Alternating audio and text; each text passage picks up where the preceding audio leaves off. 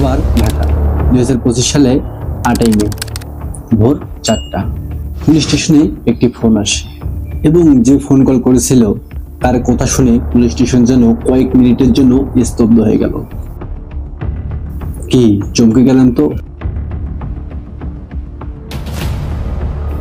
আসুন জেনে নেওয়া যাক এর রহস্যটা কি। কেনই বা সেদিন কয়েক মিনিটের জন্য পুলিশ স্টেশন স্তব্ধ হয়ে গেছিল? একটি ফোন কল বদলে দিল দুটি মানুষের জীবন। ফোনের পিছনে যে ব্যক্তি কথা বলেছিল সে আসলে কোনো পুরুষ নয়, একজন মহিলা। 23 বছর বয়সী জান্নাত জাহান শিফা 999 ফোন দিয়ে বলে, আমি আমার বাবাকে হত্যা করেছি, আমাকে নিয়ে যান। এই স্বীকারোক্তির পিছনে লুকিয়ে আছে দীর্ঘদিনের নির্যাতন ও ধর্ষণের কাহিনী, যা আজকে আমি আপনাদের কাছে এক্সপ্লেন করব। তার আগে আপনাকে এটা জানিয়ে দেই, সমকামিতা অন্বেষার অভিযোগে কিছু সামাজিক মাধ্যমে পোস্টে জান্নাতের বিরুদ্ধে সমকামিতা ও মাদকাসক্তির অভিযোগ তোলা হয়েছে। তবে কোনো নির্ভরযোগ্য সংবাদ মাধ্যমে এই ধরনের তথ্য পাওয়া যায়নি। ধর্ষণের নাটক সাজানোর অভিযোগ কিছু সূত্র দাবি করেছেন যে জান্নাত ধর্ষণের মিথ্যা অভিযোগ এনে তার বাবাকে ফাঁসিয়েছেন।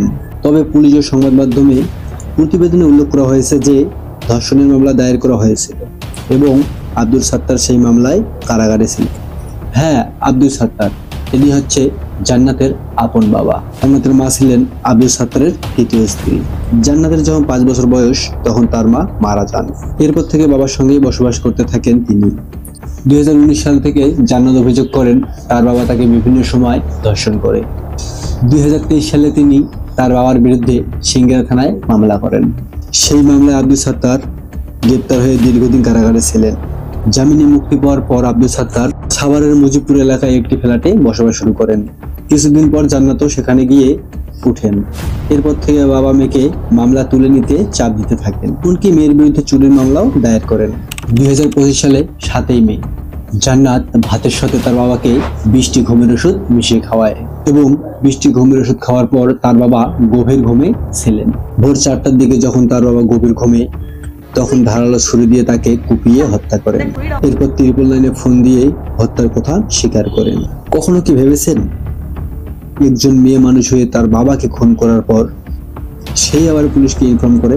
কতটা কষ্ট পেলে মানুষ এই সব কাজ করতে পারে ভেবে দেখুন। পুলিশ ঘটনাস্থলে গিয়ে আব্দুল সাত্তারের মরদেহ উদ্ধার করেন এবং জান্নাতকে গ্রেপ্তার করেন। তার বিরুদ্ধে হত্যা মামলা দায়ের করা হয় এবং এই ঘটনা সমাজের ব্যাপক আলোড়ন সৃষ্টি করে। জান্নাতের এই ঘটনা আমাদের সমাজের নীরব সহিংসতা ও বিচারহীনতা এবং পরিবারের নির্যাতনের বিরুদ্ধে একটি জোরালো বার্তা। এটি আমাদের মনে করিয়ে দেয়, ন্যায় বিচার পেতে হলে সমাজের প্রতিটি স্তরে সচেতন থাকতে হবে এবং প্রতিরোধ গড়ে তুলতে হবে। ভিডিওটি ভালো লাগলে অবশ্যই একটি লাইক ও চ্যানেলটি সাবস্ক্রাইব করে রাখবেন।